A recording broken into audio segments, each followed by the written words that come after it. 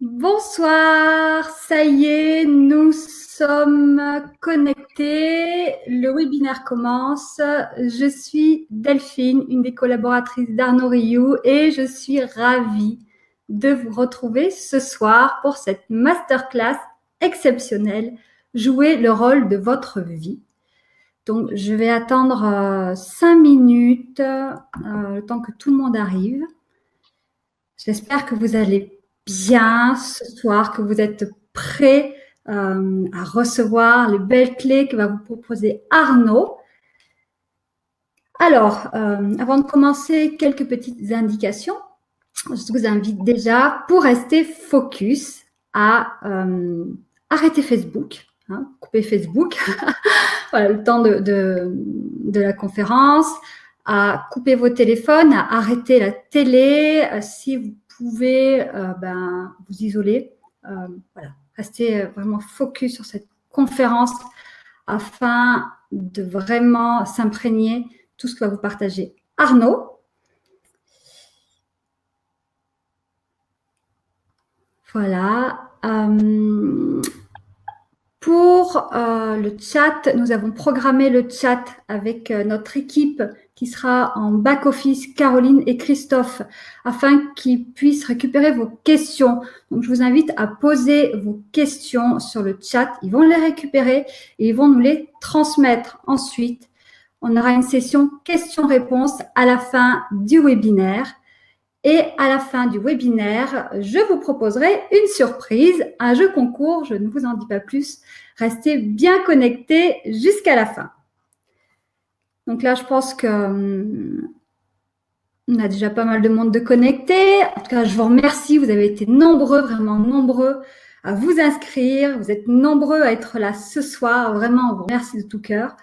Et donc, ce soir, nous allons parler, Arnaud va vous parler de comment jouer le rôle de votre vie, comment être pleinement acteur de votre vie pour ne plus être figurant dans la vie des autres. Et donc, je laisse la place à Arnaud. Bonsoir Arnaud. Tout arrive. Bonsoir. Bonsoir. Content de vous retrouver. Ça y est, on est parti. Le webinaire commence. C'est un grand moment. Quelques mots déjà pour vous dire qu'un webinaire et une académie, c'est toute une équipe qui travaille avec vous, qui a organisé cette soirée, ce webinaire. Donc, nous sommes avec Delphine à l'écran, et puis je remercie particulièrement Jean-Luc ainsi que Christophe et Caroline qui sont en back-office, qui ont élaboré, construit ce webinaire avec nous. Et puis mon équipe, Mariette qui est là aussi, Annabelle et Muriel et Delphine qui est à l'écran. Voilà, c'est toute une équipe parce que un webinaire ça se prépare, parce qu'une académie ça se prépare, et c'est de ça dont on va vous parler aujourd'hui. Quand on se connecte pour une soirée comme ça, on a souvent beaucoup d'attentes. Alors, quelques mots déjà sur ce que vous allez voir ce soir, sur ce que vous risquez de rencontrer. Moi, je suis très ému déjà parce que c'est le lancement d'une académie, et pour un auteur, pour un conférencier, il y a des moments comme ça un petit peu clés, la sortie d'un livre, la sortie de l'investissement dans un lieu, et là, cette Académie de l'Acte, c'est vraiment un investissement important en temps, en énergie, et donc je suis très ému. On regarde avec la technique que tout fonctionne, mais tout a l'air de fonctionner, donc c'est un bon auspice. Le thème de ce webinaire, jouer le rôle de votre vie. Qu'est-ce qui m'a donné envie de partir sur ce thème? C'était le titre de mon premier livre, puisque j'ai été comédien, metteur en scène et directeur de théâtre. Donc le fait de jouer son rôle, c'est quelque chose qui m'a toujours tenu à cœur. Et surtout, je me suis dit qu'on peut vivre sa vie en jouant le rôle de sa vie, c'est-à-dire en étant conscient de ses choix, en prenant conscience que ce qui nous arrive, on en est l'acteur, on en est l'auteur aussi, on est le réalisateur, et donc on vit sa vie en étant pleinement dans ses choix, et on peut aussi subir sa vie. Mais ça, c'est ce que je ne souhaite pas. Moi, je vais vous inviter à être acteur de votre vie. Alors, on va passer ce webinaire ensemble et on va retrouver Delphine tout à l'heure. On va retrouver Delphine tout à l'heure qui va nous faire les retours pour les questions. Donc, être acteur de sa vie, qu'est-ce que ça veut dire?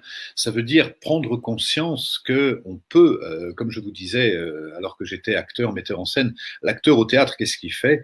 Il a un rôle, il va jouer le rôle du marquis, il va jouer le rôle du prince, le rôle du roi, etc. Et il va avoir un texte, il va complètement incarner son personnage. Et dans la vie de tous les jours, on incarne aussi un personnage de mari, de femme, un personnage de salarié, d'entrepreneur. Et on va donc avoir ce texte à dire, qui est le texte qu'on écrit ou que d'autres écrivent pour nous. On va mettre en scène ce rôle ou on va le réaliser complètement. Et moi, je vais vous accompagner ce soir à travers plusieurs clés pour que vous deveniez vraiment l'acteur de votre vie. Alors, la question déjà, à quel moment est-ce qu'on sait si ce webinaire nous s'adresse à nous, si on est acteur de notre vie ou pas? Et ça, c'est une question que je me pose beaucoup, que je me pose régulièrement. Comment savoir si on est dans notre mission d'âme, si on est dans notre chemin de vie?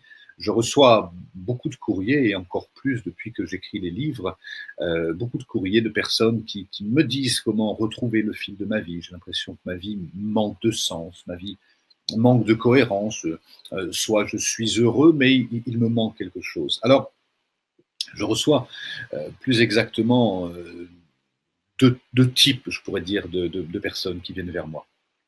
Les premiers, ils sont très ancrés dans la terre, ils ont vraiment un métier qui leur plaît, ils sont mariés, ils ont une belle maison, une belle voiture, mais ils ont la sensation que quelque chose manque à leur vie. Est-ce que c'est un sens? Est-ce que c'est une cohérence? Est-ce que c'est un lien avec l'âme ou est-ce que c'est un lien avec quelque chose de plus profond, de plus intime? En tout cas, il manque un lien avec le sacré, avec la dimension spirituelle de leur existence. Les deuxièmes, et j'en rencontre beaucoup dans les stages, eux ont vraiment une vie spirituelle très riche. Ils méditent, ils s'intéressent au développement personnel, au tantra, au yoga, etc. Donc, ils prennent vraiment beaucoup soin d'eux, mais peuvent avoir l'impression que leur vie manque de corps ou de matière. Donc, ils vont s'épanouir dans des activités, mais vont avoir un métier qui ne leur correspond pas, ou vivre dans une maison. C'est pas la maison que je voudrais, mais est-ce qu'on a vraiment le choix? Et ces questions, est-ce qu'on a vraiment le choix? Je vais vous accompagner ce soir autour de ce thème, puisque oui, être acteur de sa vie, c'est justement prendre conscience de tous nos choix. Donc, comme je vous disais, certains viennent me voir en ayant un lien très fort avec la terre, mais en étant un peu coupé du ciel, et d'autres en étant très connectés avec le ciel, mais en étant un peu coupés avec la terre. Et là où je vais vous accompagner, c'est justement à être dans cet alignement terre-ciel, c'est-à-dire en lien avec vos valeurs, en lien avec ce qui vous tient à cœur dans votre existence, et en même temps que vos valeurs les plus chères puissent s'incarner dans la matière, dans votre quotidien. Voilà un petit peu alors nous allons évoquer ce soir différentes clés qui vont nous aider à être acteurs de notre vie, différentes clés que j'ai élaborées, rencontrées, croisées au fil de ces années et que je vais partager avec vous. Alors, les indices qui pourraient nous indiquer que nous sommes en lien avec notre mission d'âme, avec notre chemin de vie, que nous sommes pleinement acteurs de notre vie. Premier indice, on se réveille le matin et on a de l'énergie. On se lève en disant « chouette, c'est une nouvelle journée qui commence » et j'y vais, je sais pourquoi je me lève, parce que je vais servir quelque chose de grand, qui est ma mission de vie, et donc on a de l'énergie.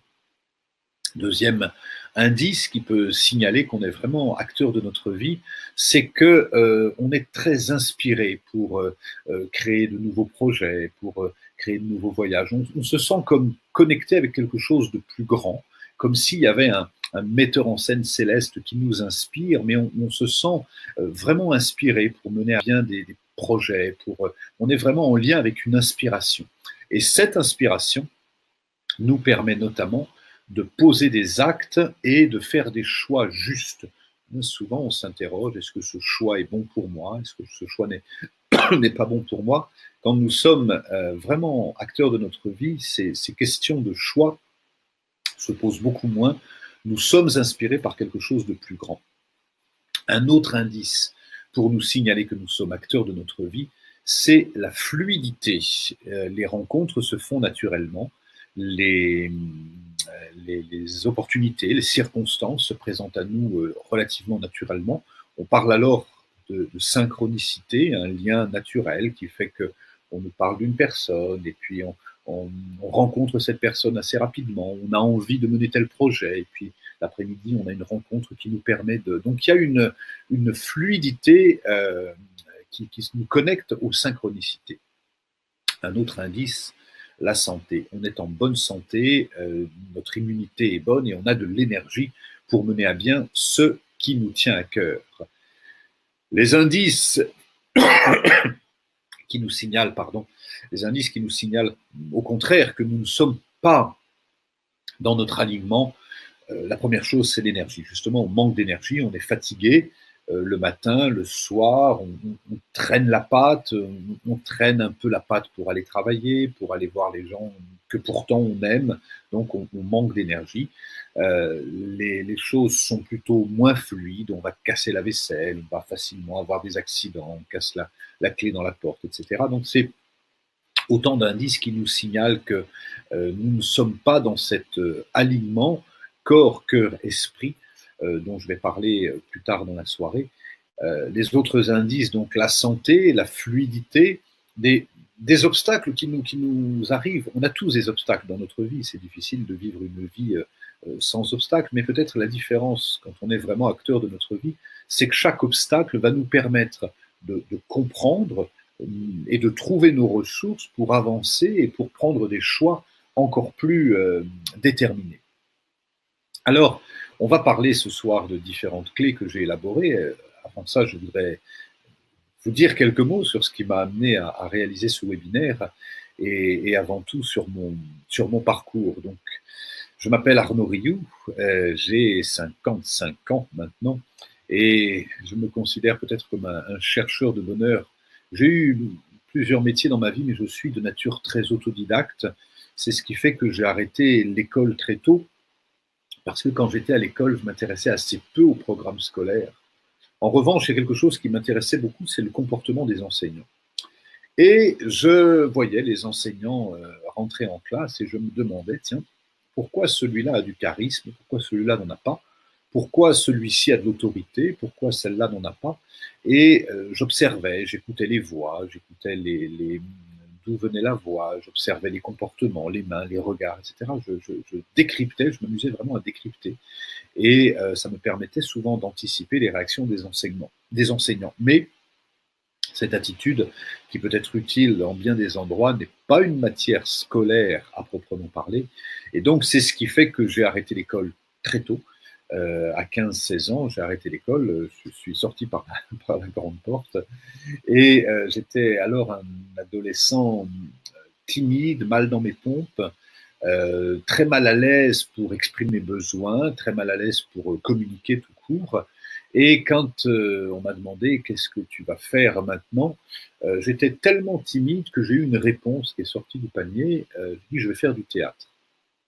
Et j'ai commencé le théâtre à l'âge de 15 ans, au début dans un club théâtre, mais très vite j'en ai fait mon métier. Et je suis rentré par la petite porte au théâtre en tant que régisseur, accessoiriste, assistant metteur en scène. Et très vite, j'ai été fasciné par ces hommes et ces femmes sur les scènes de théâtre. Et je me disais, c'est quand même incroyable, parce que celui-là n'a pas un charisme particulier, mais quand il monte sur scène, quand il revêt son costume, il développe une forme de charisme, il développe un aura, son articulation est claire, on l'entend, etc. Et donc très vite, j'ai voulu moi aussi monter sur scène, et je suis monté sur scène, j'ai suivi 3 ans de cours classiques, et assez vite, j'en ai fait mon métier, puisque j'ai été acteur, metteur en scène, je dirigeais un théâtre pendant une dizaine d'années. J'ai joué au théâtre, à la télévision. Ça a été tout un parcours pendant lequel je me suis beaucoup réalisé. Et je me suis dit à un moment donné, le théâtre c'est super, on joue un rôle, mais dans notre vie de tous les jours, qu'est-ce qu'il en est? Et des hommes et des femmes venaient me voir dans les ateliers théâtre parce que très vite j'ai commencé, à l'âge de 24 ans, j'ai animé des stages de théâtre. Et les hommes et les femmes sont venus me voir et me disaient mais c'est super parce que le théâtre, ça nous aide à prendre confiance en nous, ça nous aide à développer une meilleure estime de nous, une meilleure connaissance, j'ai un rapport différent avec les émotions, j'ai moins peur de mes émotions puisque je les ai jouées au théâtre. Et donc il y a eu vraiment, progressivement, je me suis dit mais en fait les outils du théâtre peuvent nous aider à bien des égards, mais au-delà de la scène, et j'ai commencé à sortir les outils du théâtre pour les intégrer dans des stages de développement personnel. Stages de développement personnel que j'ai commencé à animer quand j'avais 28-29 ans. Je me suis intéressé à ce moment-là donc à jouer le rôle de sa vie vraiment. Et jouer le rôle de sa vie, ça m'a amené à m'intéresser donc assez vite à donner des conférences. Et surtout, je suis parti, parce que je m'intéressais à l'être humain, je suis parti en Inde, au Tibet, en Mongolie. Je me suis intéressé à la méditation, je me suis intéressé à la pleine conscience, au yoga, à la communication, beaucoup, pendant des années, parce que j'ai vraiment pris conscience que la communication et l'art de prendre la parole, l'art de communiquer, peut vraiment impacter beaucoup notre vie, et c'est beaucoup plus facile d'avoir une vie épanouie quand on sait communiquer, quand on sait écouter ses besoins, quand on sait poser des demandes et quand on sait prendre la parole dans une réunion, etc., dans un entretien. Voilà, donc c'est ce qui m'a amené à progressivement à utiliser les outils du théâtre, de la méditation et des arts martiaux que j'ai pratiqués pendant 15 ans aussi, essentiellement l'aïkido pour apprendre à chuter, à porter un coup, à trouver l'énergie, à me relever, etc. Et au bout de quelques années, avec le théâtre, la méditation et les arts martiaux, j'ai créé une approche que j'ai appelée la voie de l'acte, approche consciente de la totalité de l'être, une voie qui me permet maintenant, depuis 25 ans, d'accompagner les hommes et les femmes sur la grande scène de la vie, à développer leur conscience, à développer leur confiance et leur estime d'eux-mêmes. Je suis parti, comme je vous le disais, pendant longtemps en Inde, au Tibet, en Mongolie. J'ai fréquenté les chamans, les rinpochés, les maîtres amérindiens, les yogis, ces gardiens de la terre ou ces gardiens de sagesse qui sont vraiment porteurs d'une sagesse souvent millénaire, une grande sagesse, moi, qui m'a beaucoup ému, qui m'a aidé à donner du sens à ma vie. Et assez vite, je me suis dit, mais ces outils, qui sont les outils de sagesse issus de la méditation, etc., on en a besoin au quotidien. Donc j'ai fait en sorte de pouvoir les transmettre à travers d'une part à travers des ouvrages, hein, puisque j'ai écrit mon premier livre il y a 12 ans maintenant, qui s'appelait Jouer le rôle de sa vie, puis j'ai écrit un autre livre qui s'appelle Oser parler, savoir dire, puis le défi des 100 jours, Calme, les nouveaux sages et Réveiller le chaman qui est en vous, qui a été un véritable best-seller, semble-t-il, puisqu'il s'est très très bien, il y a eu un véritable accueil d'un public qui souhaitait faire le lien entre une vie matérielle et une vie spirituelle, la spiritualité n'ayant rien à voir avec la religion, la spiritualité étant juste une invitation à nous ouvrir à quelque chose de plus grand que nous. Voilà, et là je prépare mon prochain roman qui va sortir d'ici quelques jours, qui s'appelle Ce soir, la lune était ronde. Voilà. J'ai aussi, après avoir animé des stages pendant 25 ans un peu partout en France et dans le monde, j'ai créé un lieu en Bourgogne, j'ai acheté un moulin du XVIIIe siècle, le moulin de Beaupré, qui est aujourd'hui une académie et qui reçoit des retraites de méditation. J'accompagne les hommes et les femmes à retrouver une stabilité, je les accompagne surtout dans leur prise de décision, notamment beaucoup de dirigeants, de managers, que j'accompagne à être vraiment pleinement acteurs de leur vie. Voilà, donc je les accompagne dans ce Moulin de Beaupré, qui est un moulin du XVIIIe siècle, une académie dans lequel nous organisons des stages et des retraites de méditation. Voilà pour le parcours. C'est un parcours, voilà, c'est un parcours d'autodidacte, c'est un parcours surtout où il y a un moteur plus qu'un autre. Et ce moteur, c'est le plaisir. Quand j'avais 16 ans et que j'ai arrêté l'école et que je me suis demandé ce que j'allais faire, j'ai dit à ma mère, je vais faire du théâtre. Et elle a eu cette phrase, elle m'a dit, on ne peut pas t'aider parce qu'on ne connaît pas tellement le théâtre. En revanche, tant que tu prendras du plaisir à faire ce que tu fais, tu devrais réussir dans la vie. Et prendre du plaisir, c'est vraiment quelque chose qui m'anime au quotidien parce qu'aujourd'hui, j'ai la chance que mon activité se développe très bien, que je travaille avec des gens magnifiques. Mais quand j'ai 10 propositions de rendez-vous et que je n'ai que 2 créneaux dans la journée, je me dis avec qui je vais aller. Eh bien, figurez-vous, je me dis je vais aller avec les gens avec qui je m'amuse le plus.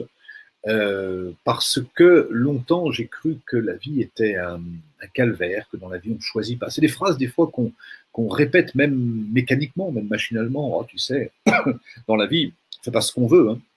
Ah, on n'a pas toujours le choix dans la vie. Et c'est des phrases qui agissent comme un véritable programme sur nous. Et c'est pourquoi je les débusque pour moi et je les élimine définitivement de mon vocabulaire. Et dès que je dis même des phrases aussi anodines que il faut, on doit, il faut bien, etc., je remplace par je choisis. Et là, voilà déjà la première clé que je vais partager avec vous ce soir, puisque la promesse est donc de devenir acteur de sa vie. Et ça commence pour les chamans, puisque j'ai passé beaucoup de temps avec eux. On réalise que le monde extérieur est ce qu'on appelle une fractale, c'est-à-dire une représentation de notre monde intérieur. Il n'y a rien qui puisse arriver à l'extérieur qui ne soit le fruit d'une représentation mentale.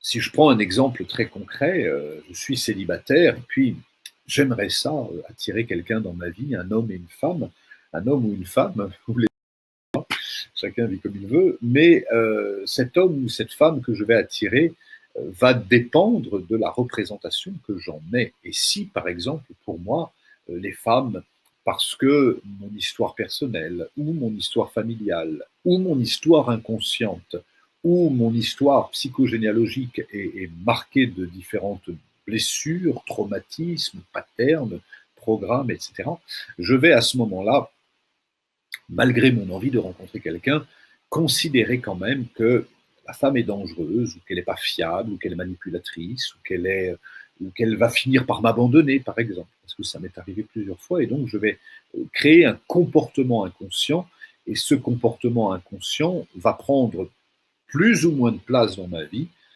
plutôt plus que moins, si je n'ai pas fait un véritable travail sur moi, une véritable exploration de conscience, si je ne me suis pas intéressé à moi, comme le fait l'acteur au théâtre. L'acteur au théâtre, quand on lui donne son rôle et qu'on lui dit, voilà, tu vas jouer le rôle de tel personnage, ben, l'acteur s'intéresse à son personnage. Il se dit, mais qu'est-ce qui lui a pris à ce personnage d'avoir fait ça, d'être parti ici. Et donc il va s'intéresser vraiment à son personnage. Et une première loi qui va être un accompagnement, puisque moi j'accompagne les hommes et les femmes à mieux se connaître. Connais-toi toi-même, dit Socrate, connais-toi toi-même et tu connaîtras l'univers et les dieux. Et je crois qu'on ne peut pas changer si on ne s'intéresse pas à soi. Égocentrique, disent certains. On me dit ça souvent quand je donne des conférences. Vous poussez les gens à être égocentriques. Oui, je l'assume. Et égocentrique, en tout cas dans un premier temps, dans une première partie de notre vie, parce que je crois que nous avons essentiellement 3 parties dans notre vie. Égocentrisme, ça veut dire qu'on va s'intéresser à nous, on va apprendre à se connaître, à comprendre nos ressorts, à comprendre nos ressources, à savoir ce qui nous anime, à prendre soin de nos besoins, à formuler des demandes pour être vraiment à l'écoute de nos besoins. Et quand on est égocentrique, et qu'on est égocentrique heureux, à un moment donné, si moi je vais bien, Mais si ma femme, mon compagnon, mes enfants ne sont pas heureux, bah, je ne vais pas pouvoir être heureux non plus. Donc j'étais égocentrique et je vais m'intéresser à mes proches, je vais devenir ethnocentrique. Je vais commencer à prendre soin de mon ethnie. Et puis, quand je vais bien, quand mes amis vont bien, quand mes proches vont bien, quand ma famille va bien, et que je me rends compte que le monde va mal, alors je vais vraiment prendre à cœur de m'intéresser au monde. J'étais égocentrique, je suis devenu ethnocentrique, et voilà que je vais devenir mondocentrique. Je vais m'occuper du monde, je vais, à travers mon métier, à travers mes engagements associatifs, sociaux, à travers mon quotidien, je vais faire en sorte de bouger les lignes et je vais prendre conscience que j'ai du pouvoir et que j'ai la capacité à changer le monde, à ma façon, à changer les proches.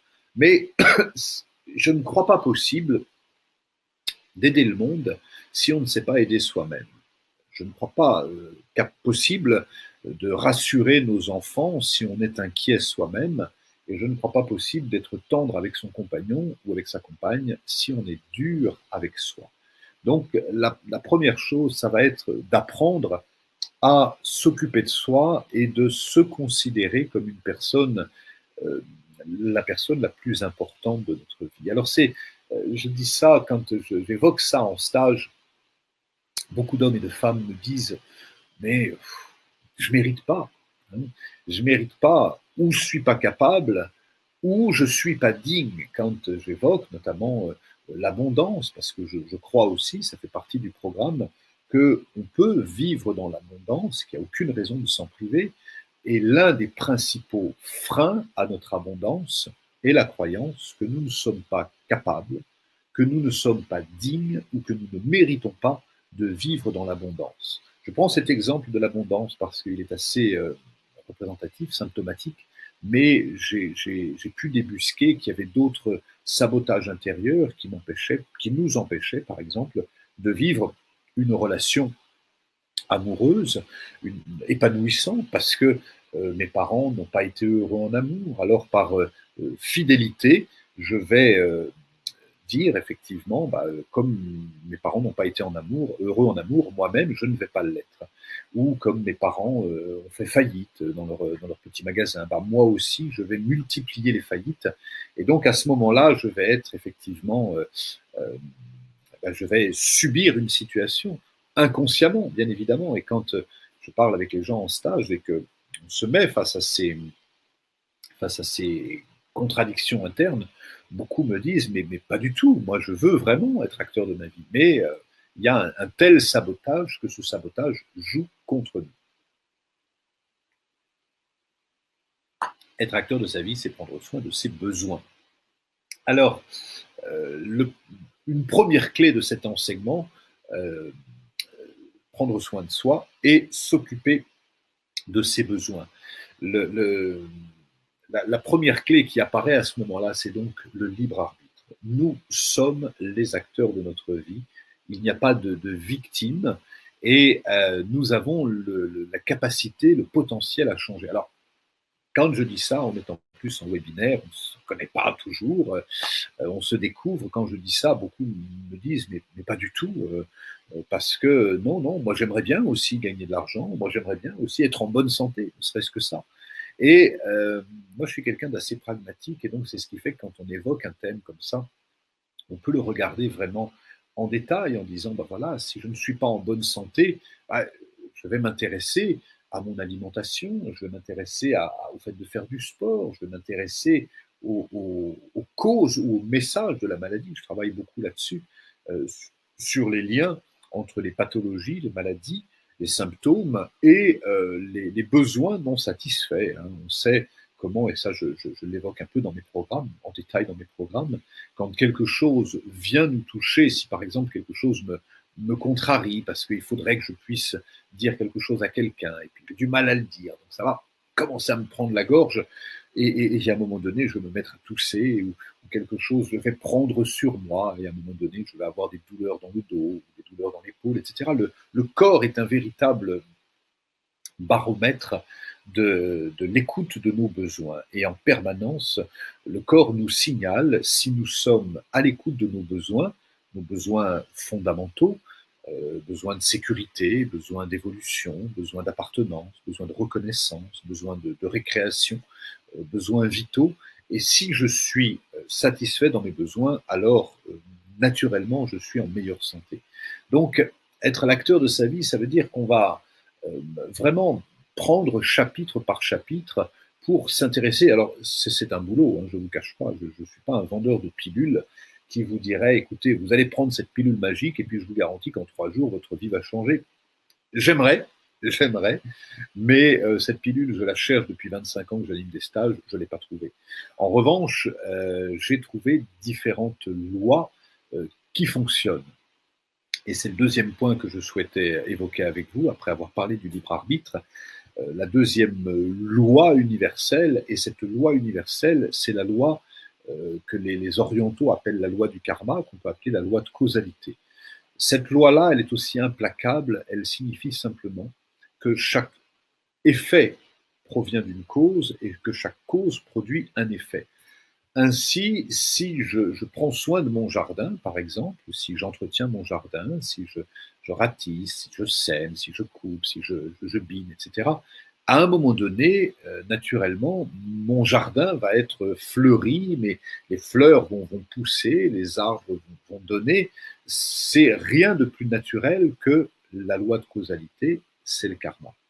Et puis, si je donne un coup de pied au chien à chaque fois que je passe, il y a un moment donné, il va me mordre le mollet. Là aussi, c'est le karma. Et bien souvent, ce qui se passe, c'est qu'on refuse d'entendre cette loi du karma qui fait que chaque effet produit une cause et chaque cause produit un effet. Et donc, on va rendre l'autre responsable. On va se dire, mais moi, j'y suis pour rien. Mais là, j'ai perdu mon permis de conduire, par exemple, parce que voilà, ils ont installé des radars. Bah oui, la loi du karma, c'est que si je ne respecte pas les règles de la route, il y a un moment donné, je vais perdre des points. Donc ça va me demander beaucoup de vigilance si je veux garder mes points. Si je me dis après tout, tant pis, je roulerai sans permis. À ce moment-là, là aussi, je m'engage vers autre chose. Et dans chaque choix que je vais faire, souvent on me dit, ah bah tiens, de la chance, t'es à ton compte. Bien sûr, j'ai beaucoup de chance. Et en même temps, être à son compte, c'est possible, c'est accessible pour chacun, mais ça demande une approche, ça demande du courage, ça demande. Aujourd'hui, j'ai la chance de donner des conférences et d'avoir 300 ou 400 personnes quand je vais donner une conférence quelque part. Mais ça fait 25 ans que je donne des conférences et les premières conférences que j'ai organisées, il y avait 6 ou 7 personnes dans la salle et je prenais le choix quand même de me dire c'est pas grave, je continue, je reloue une salle de ma poche et puis je perdais beaucoup d'argent à faire ça, mais profondément j'écoutais j'allais dire ma bonne étoile ou mon inspiration ou en tout cas mon âme parce que les programmes que je propose nous invitent à se relier à la partie de nous qui sait, que j'appelle l'âme, mais que vous pouvez mettre d'autres noms, peu importe, mais une partie de nous qui sait et qui va nous orienter vers la meilleure version de nous-mêmes. Et donc j'ai toujours de plus en plus écouté cette âme qui me disait, voilà, ce que profondément tu aimes faire, c'est ça, alors vas-y. Aujourd'hui, j'accompagne des hommes et des femmes, par exemple, et beaucoup me disent, bon, j'ai une passion et puis j'ai un métier alimentaire. Ce à quoi je réponds, est-ce que ce métier alimentaire te nourrit ? Sinon, à ce moment-là, change-en, parce que pour moi, je ne crois pas nécessaire de faire un métier alimentaire. Je crois que quand on fait l'activité qu'on aime, c'est là où on est le meilleur, et c'est parce qu'on est le meilleur qu'on va attirer à nous les partenaires, les circonstances, pour vraiment vivre du métier de nos rêves. Alors, oui, j'ai cette ambition, j'ai cette croyance, cet utopisme de croire que nous pouvons chacun vivre de nos rêves et de nos passions. Je dis utopie, je choisis mes mots. L'utopie, c'est pas quelque chose d'inaccessible, c'est quelque chose, dans l'étymologie, une utopie, c'est quelque chose qui n'a pas encore été découvert.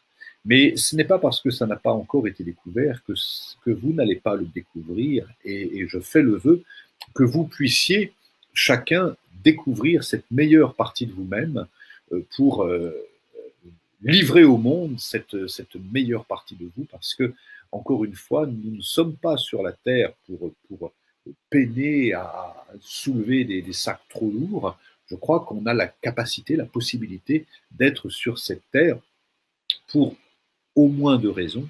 La première, c'est d'identifier la meilleure version de nous, identifier quelle est la lumière de notre âme et savoir comment transmettre cette âme, cette lumière, à travers nos activités, à travers notre communication, à travers nos actes, à travers nos paroles.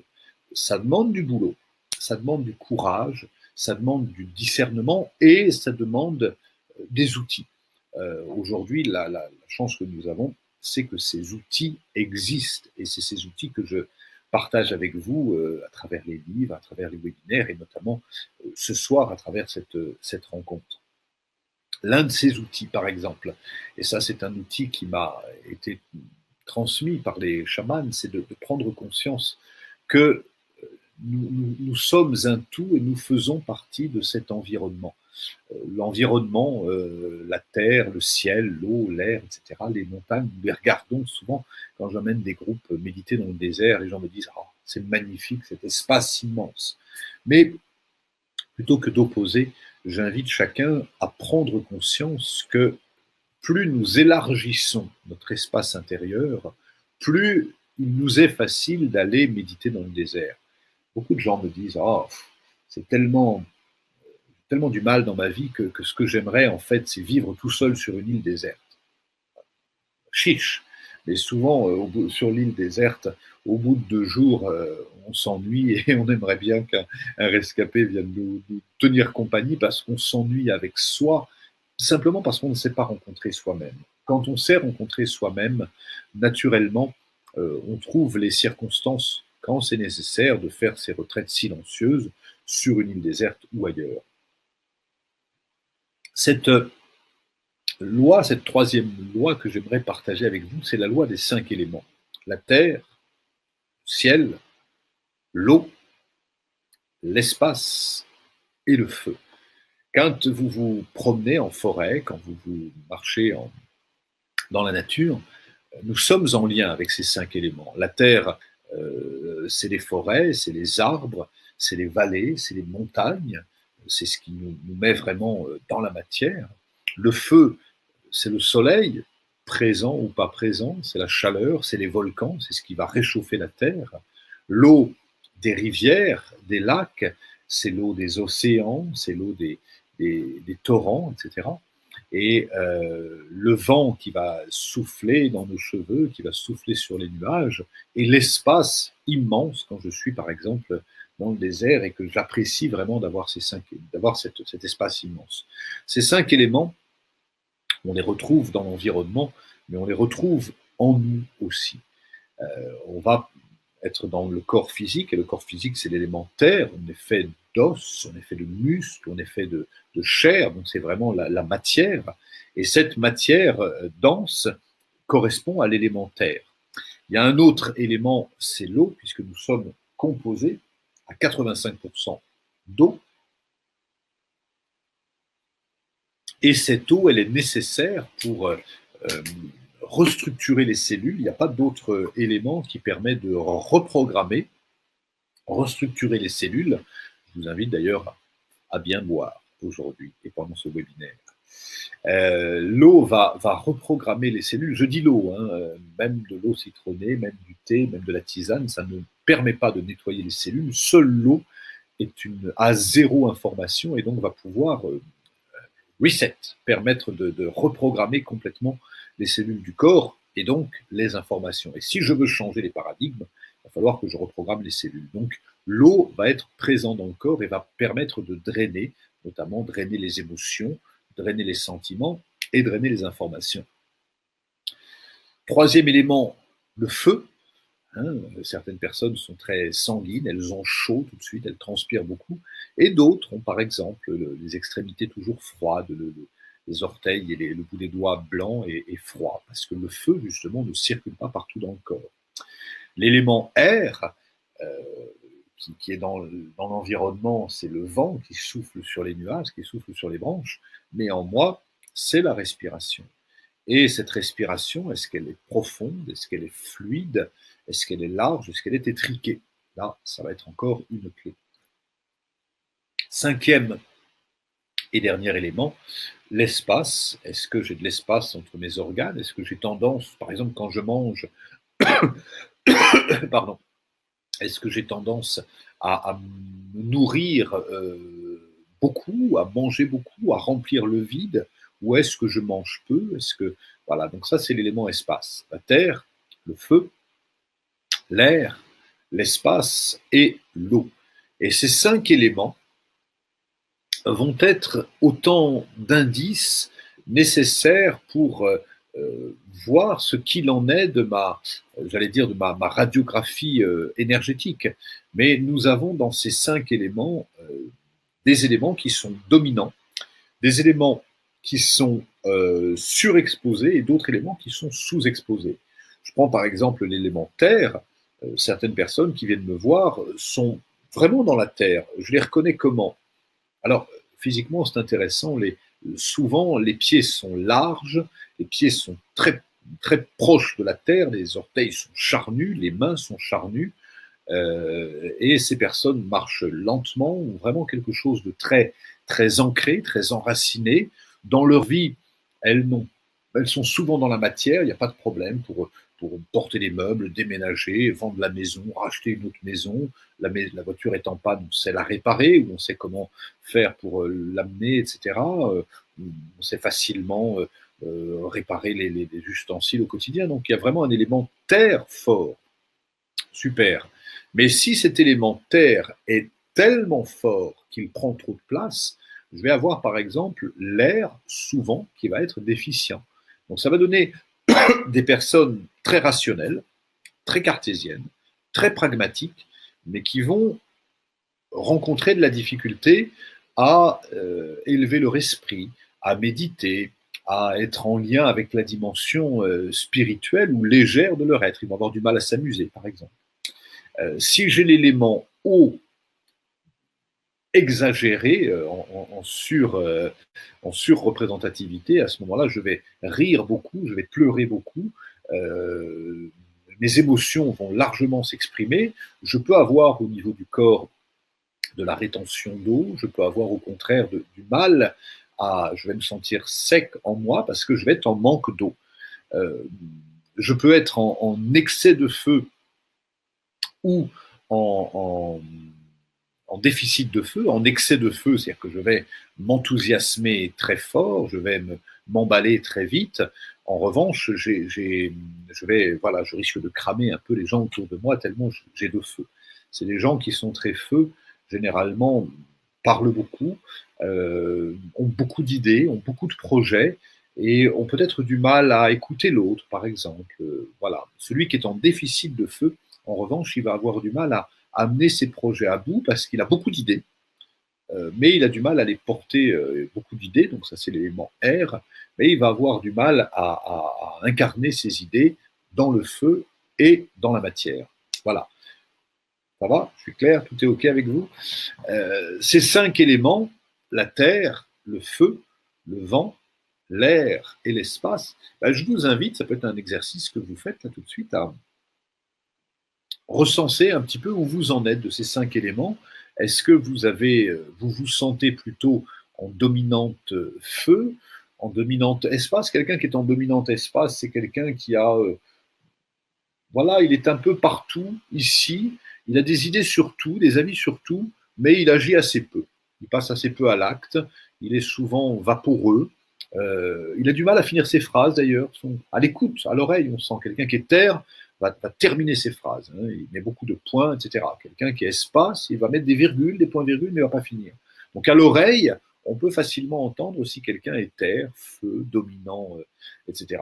Ces 5 éléments, ça va nous aider énormément parce que quand on comprend ça, on comprend comment fonctionne notre énergie.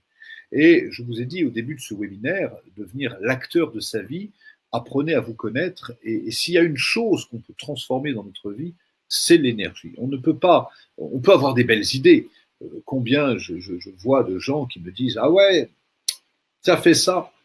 J'avais pensé moi aussi ouvrir un lieu, ouvrir des chambres d'hôtes. Ouais, j'avais pensé. » Mais une pensée, si elle n'est pas suivie des faits, pardonnez-moi, mais elle ne vaut pas grand-chose. Aujourd'hui, je peux me dire « Ouais, vous savez quoi ?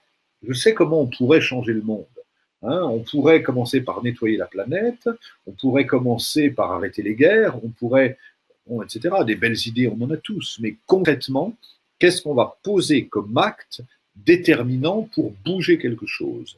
Et si j'ai appelé mon académie l'académie de l'acte, alors il y a les initiales, approche consciente de la totalité de l'être, parce qu'on va agir sur la totalité, on va agir sur l'énergie, on va agir sur le psychique, sur le psychologique, mais on va aussi et surtout poser des actes. Parce que des belles pensées, des belles croyances, s'il n'y a pas d'actes, ça ne sert à rien. De la même façon, des actes, s'il n'y a pas, on a besoin des deux. Quelqu'un qui pose des actes, mais qui n'a aucune, qui pose des beaux actes, mais qui n'a aucun fil conducteur, il va lui manquer quelque chose. Et quelqu'un qui a beaucoup de belles pensées, mais qui ne pose pas d'actes, il va lui manquer quelque chose. Donc, oui, on a besoin de terre pour poser ces actes, et donc d'équilibrer notre élément air, notre élément terre, notre élément feu, notre élément eau et notre élément espace. Et l'élément eau, toujours pour réactiver les cellules.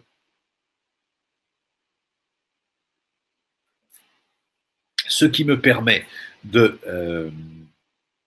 passer au quatrième point que j'aimerais évoquer avec vous aujourd'hui, qui est le thème des trois intelligences.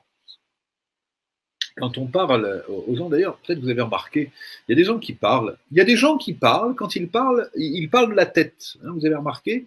Il y a des gens qui parlent, quand ils s'adressent à vous, ils sont dans la gorge. Il y a des gens qui parlent, on sent que c'est coincé dans le plexus. Et il y a des gens qui s'adressent à vous, c'est dans le ventre. Donc, en fonction de là où vient le son, vient le souffle. Et où vient le souffle? Il vient de là où est notre conscience. Et notre conscience, elle peut se poser sensiblement dans trois réceptacles, trois intelligences, ce sont les trois centres vitaux.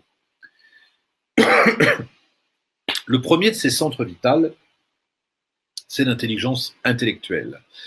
L'intelligence intellectuelle, c'est là où j'ai beaucoup de pensées, beaucoup d'avis, beaucoup de croyances. J'ai lu beaucoup de livres, j'ai une connaissance très forte de beaucoup de choses que j'ai lues. Ce sont des idées, ce sont des pensées, et je vais communiquer, vivre à partir de mes pensées. La deuxième intelligence, c'est l'intelligence du cœur. C'est celle qui me fait dire j'ai envie, j'ai pas envie. Je le sens pas. C'est vraiment l'intelligence qui va m'animer à partir de mon cœur. Troisième intelligence, c'est l'intelligence vitale, c'est la base. Si je parlais des chakras, je dirais que les chakras du haut, 6e, 7e, c'est l'intelligence intellectuelle. L'intelligence du cœur, 4e, 5e, est la base, ce qui me relie à la terre, 1er, 2e chakra. Tous les animaux sont avant tout reliés à leur 1er, 2e chakra, à cette intelligence vitale. C'est ce qui fait que tous les animaux savent où trouver de la nourriture, savent comment trouver un partenaire, se reproduire, avoir des enfants, faire un nid ou faire une grotte, ou se mettre dans une grotte, savent se défendre contre, un renard va savoir se défendre contre un serpent, une poule va savoir se défendre contre ses prédateurs. Ça veut dire que cette intelligence de base va nous être fondamentale pour écouter nos besoins fondamentaux. Besoins physiologiques, besoins de sécurité.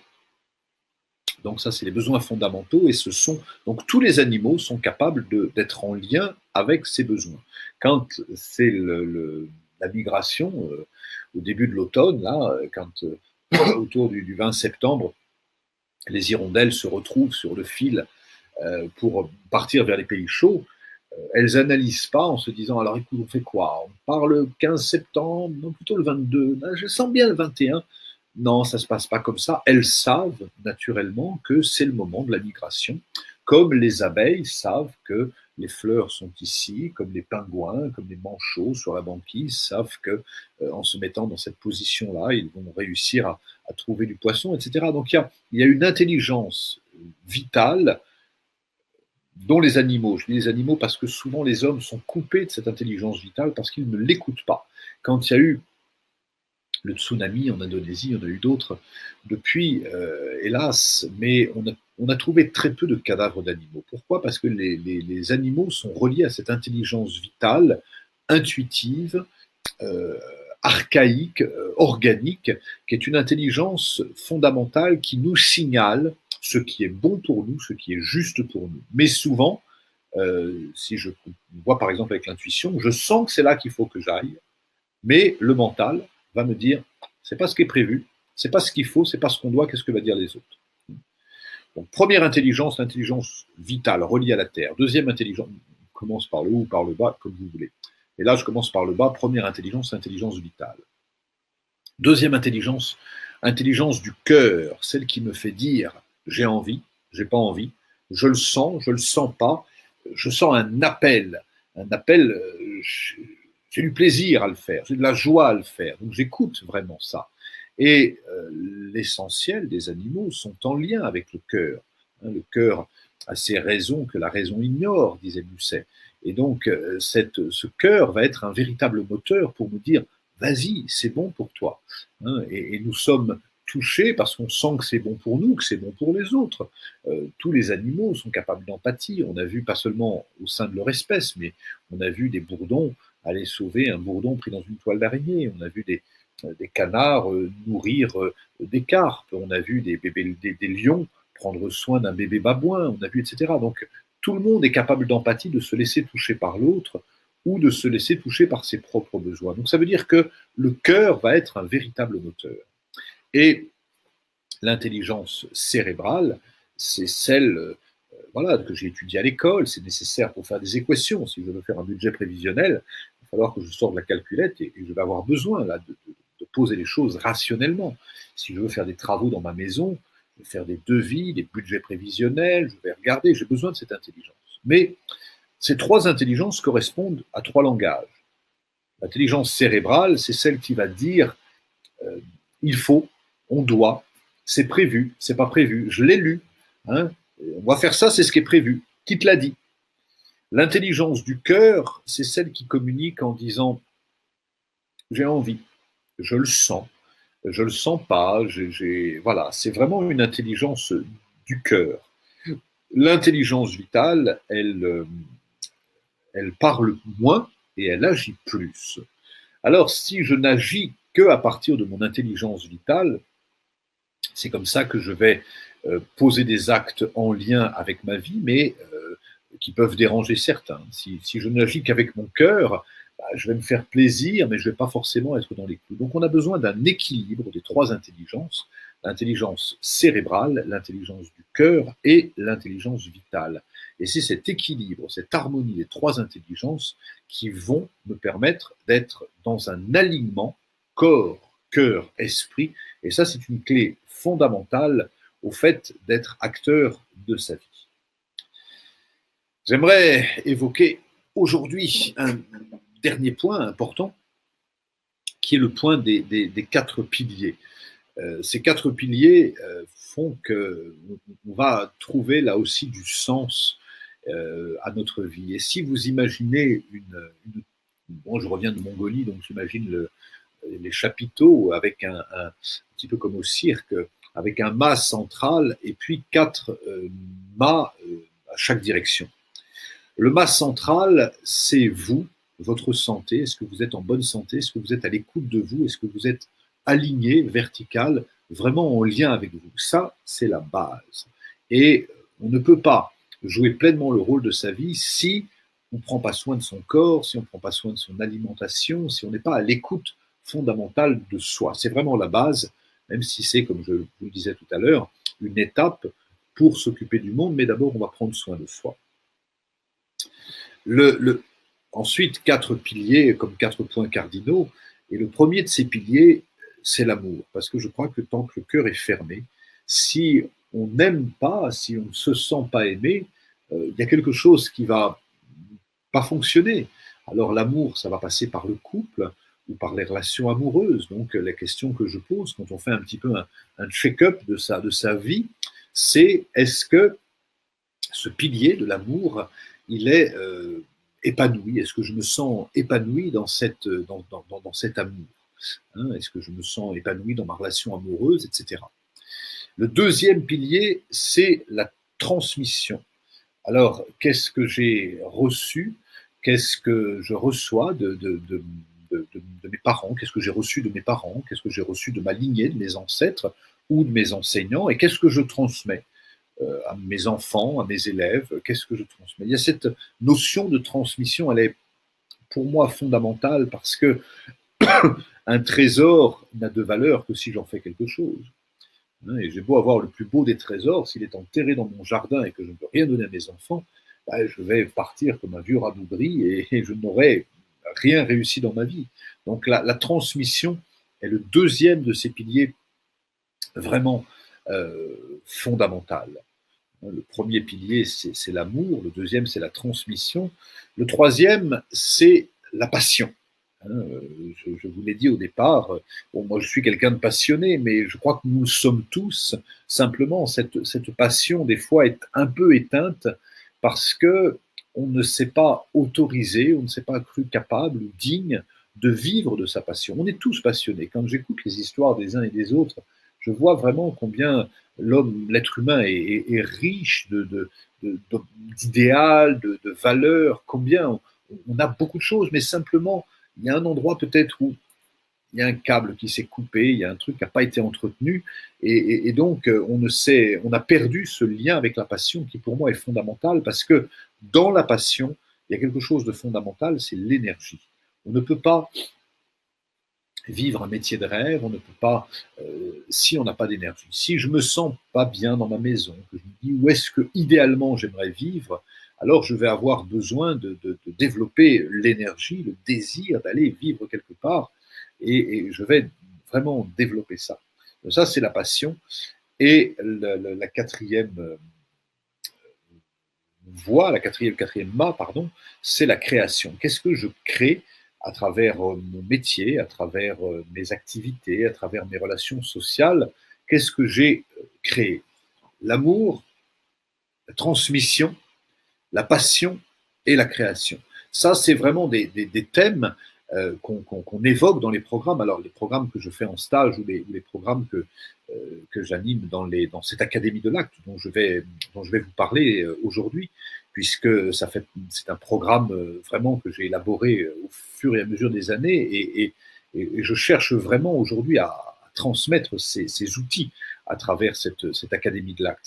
Ces outils que je continue à chercher parce que je me considère toujours comme quelqu'un qui cherche.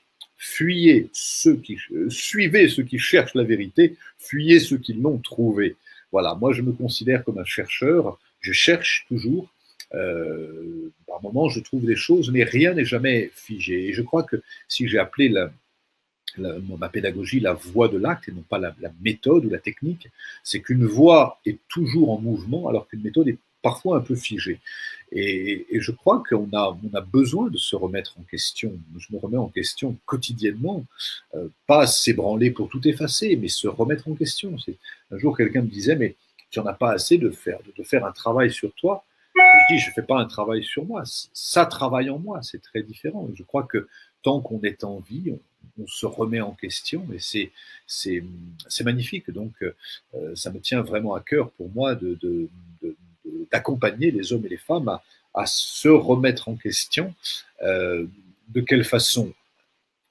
Avec des outils concrets, pragmatiques, dont je me suis inspiré, comme je vous l'ai dit en début de ce webinaire. Pendant longtemps, j'ai cherché aussi bien sur la terre, je vais dire sur la terre comme au ciel. J'ai cherché des outils liés à la spiritualité, que ce soit la méditation, la pleine conscience, que ce soit le yoga, le tai chi, le qigong, des outils liés à une vie spirituelle. Ça a été toute une recherche dans ma vie. Et puis à côté de ça, j'ai cherché des outils vraiment terre à terre, qui sont des outils de confiance en soi, d'estime de soi, mais des outils de stratégie, comme développer une activité, comment monter son business, etc. Voilà, et aujourd'hui, je ne crois pas qu'il y ait vraiment la terre et le ciel. Je crois que nous sommes à la fois, pour être alignés et vivre, jouer le rôle de sa vie, on a besoin d'avoir les pieds bien sur terre et on a besoin d'être relié aux étoiles. Alors, pour ma part, qui accompagne des stages, je fais en sorte d'être toujours connecté à mon âme, toujours connecté à mes valeurs les plus élevées, toujours avoir une vision spirituelle, utopique, et en même temps d'être quelqu'un de très ancré dans la matière, parce que voilà, j'interviens auprès des dirigeants d'entreprise, j'ai un organisme de formation, je fais vivre une équipe de 6 personnes, je suis chef d'entreprise, donc j'ai ce rapport à la terre qui me tient vraiment à cœur, et je crois que l'une des clés de cet alignement, c'est d'être à la fois très ancré et d'être en même temps très connecté au ciel.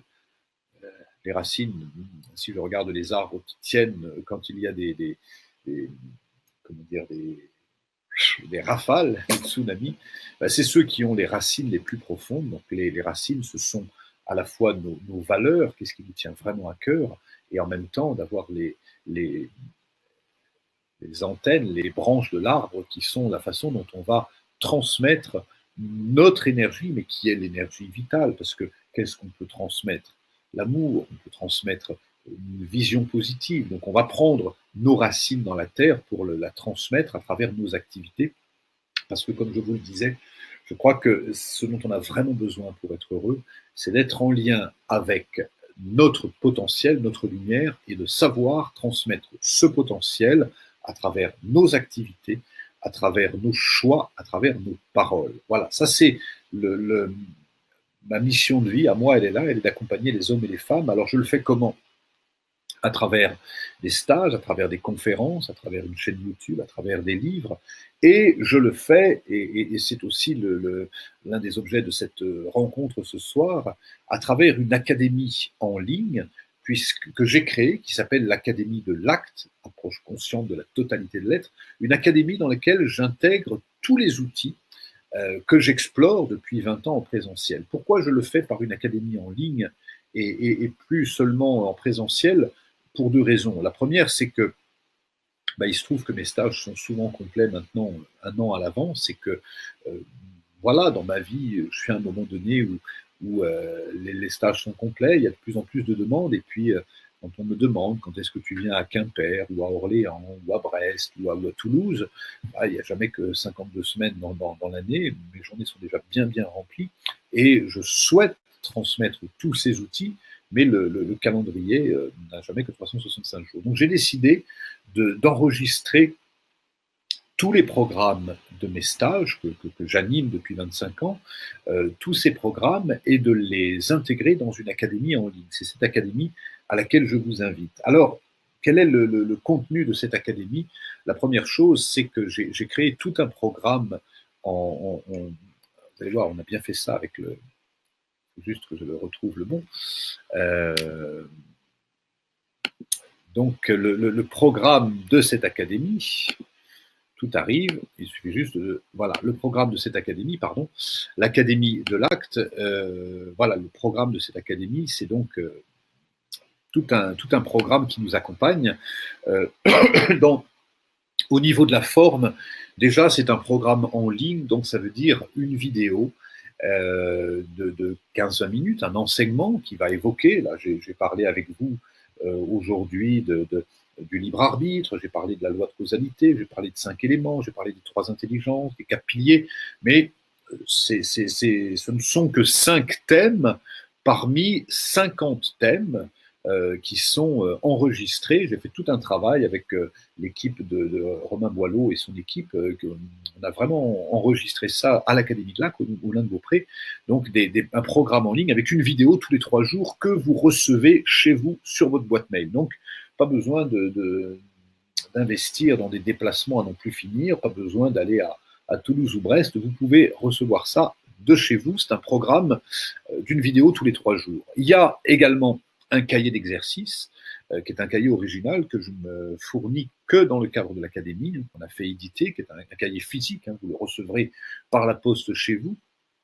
Il y a également un webinaire tous les mois, ça nous permet, ça j'y tiens, de rester en ligne, parce que, alors, bien sûr, certains vont dire, on n'est pas aussi en présence que quand on se voit en direct. Moi aussi, j'aime bien les gens, j'aime bien les rencontrer en direct, mais je suis passé beaucoup sur l'intérêt de la vidéo, parce que moi-même, je me suis beaucoup formé en ligne. Ça m'a évité, quand je devais recevoir des enseignements depuis quelques années de telle personne qui est aux États-Unis, il n'y a pas de billet d'avion à prendre, on peut recevoir des enseignements en restant chez soi, donc ça a vraiment cet avantage-là.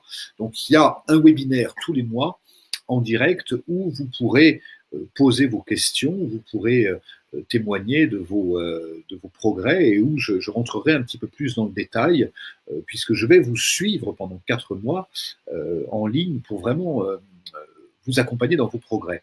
Des invités exceptionnels parce que même si je me considère moi comme un généraliste, je me suis intéressé à la communication, je me suis intéressé à la confiance en soi, à l'estime de soi, mais j'ai voulu intégrer dans le programme de l'académie, j'ai voulu intégrer différents experts, Christian Junot qui va nous parler de l'argent, Olga Siesko qui va nous parler de la synergologie ou l'art de comprendre le langage non verbal, et puis d'autres invités surprises qui viendront tous les mois pour apporter vraiment un témoignage avec un contenu que vous ne trouverez pas ailleurs. Ça, c'est important.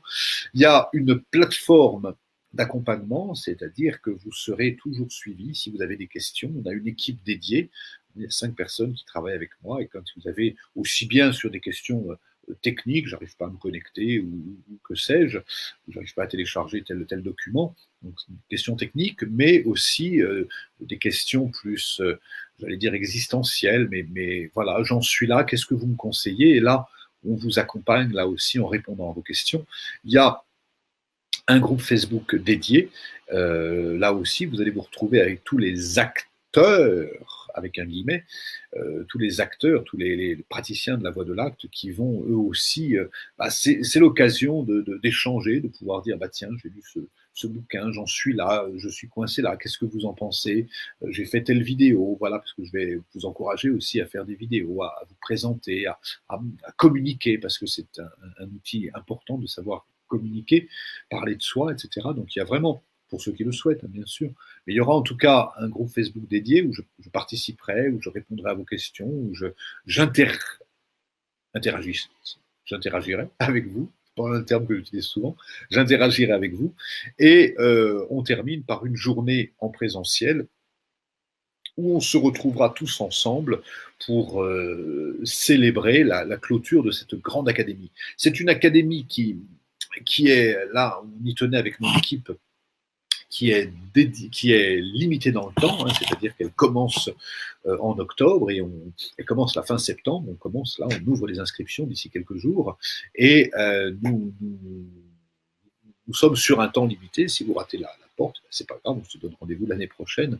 Mais je tenais à avoir la notion de groupe fermé, ouvert dans l'ouverture d'esprit, mais fermé au niveau des inscriptions pour pouvoir accompagner. Moi, j'aime bien accompagner les gens, suivre vraiment un groupe, avoir des gens qui rentrent, qui sortent, parce que je crois aussi que quand il y a un changement, un véritable changement, ça demande du temps. Voilà, donc le programme de cette académie, il est là, être acteur de sa conscience, prendre conscience de son corps, de ses pensées, de ses croyances, de tout ce qui nous anime, être acteur de sa vie professionnelle, amoureuse, être acteur de ses relations, là aussi, prendre conscience de notre rôle dans les relations, être acteur de sa communication, j'en parlerai beaucoup, être capable de prendre la parole, être capable de négocier, de poser ses limites, de savoir dire oui, savoir dire non, de savoir percevoir ce qui est bon pour nous, et être acteur de sa spiritualité. Là aussi, la spiritualité n'étant pas la religion, mais je crois que la spiritualité, c'est vraiment se relier à une dimension plus grande. Et donc, qu'est-ce que ça veut dire méditer? Qu'est-ce que ça veut dire la pleine conscience? Qu'est-ce que c'est que la loi d'attraction, la loi d'abondance, etc. Comprendre ces lois qui sont des lois fondamentales et qui nous animent, parce que je crois que on a longtemps séparé le corps et l'esprit, la vie matérielle et la vie spirituelle, et moi j'encourage vraiment à réunir, au contraire.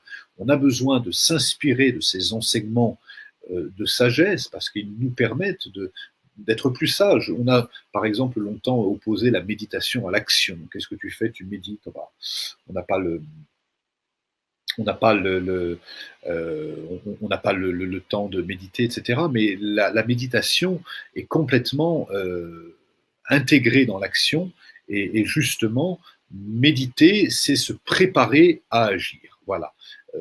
Méditer, intégrer la méditation, c'est donner plus de corps à ses actions et plus de sens à ses actes. Donc on peut associer pleinement la méditation à l'action. Voilà, donc le programme, vous l'avez. Je reviens juste donc sur ces slides pour le programme de l'Académie de l'Acte. Une vidéo tous les 3 jours, un cahier d'exercices, un webinaire tous les mois, des invités exceptionnels qui vont nous accompagner pour nous donner vraiment du contenu, une plateforme d'accompagnement qui va être dédiée, un groupe Facebook dédié et une journée en présentiel. Alors, la journée en présentiel, je précise juste, la journée n'est pas comprise dans le package, hein, mais vous avez votre ticket d'entrée pour cette journée. Ça, on vous donnera tous les détails un petit peu plus tard. Voilà, je crois que j'ai fait le tour quand même. Maintenant, j'aimerais qu'on passe peut-être aux questions. Hein, comme je vous ai dit, notre équipe est avec vous. Caroline, Christophe et Delphine qui est en back-office avec Christophe et Caroline pour notamment répondre à vos questions. Et j'aimerais ça qu'on se prenne quelques minutes pour répondre à vos questions. Alors Delphine, tu nous as retrouvés. J'aimerais bien que tu puisses nous transmettre les questions peut-être que vous vous posez. Hein, c'est le moment de nous les transmettre. Et puis Delphine, par le biais de Caroline, va pouvoir nous transmettre vos questions. Delphine, la parole est à toi.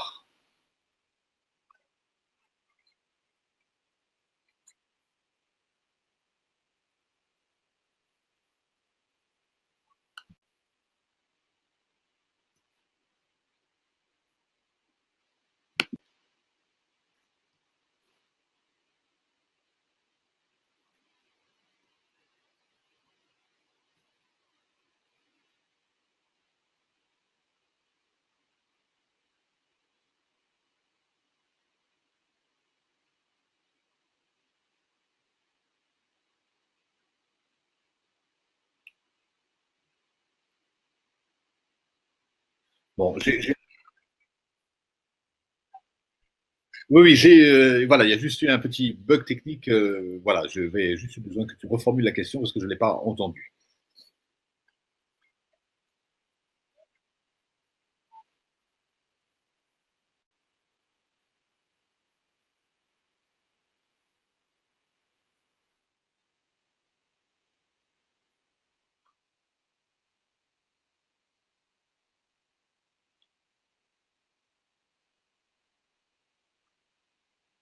Ah, un chaman. Alors, on ouvre la porte sur autre chose. Enfin, autre chose, non, c'est le même lien. Le chaman, si on s'en tient à l'étymologie, ça vient du Tougnouz, qui est une langue d'Asie centrale. Le chaman, c'est celui qui détient la connaissance. Peut-être que Claude pose la question, parce que j'ai écrit un livre qui s'appelle Réveiller le chaman qui est en vous.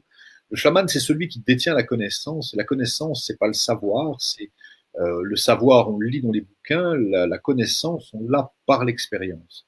Et le chaman est quelqu'un qui fait le lien entre le monde des esprits et le monde des humains.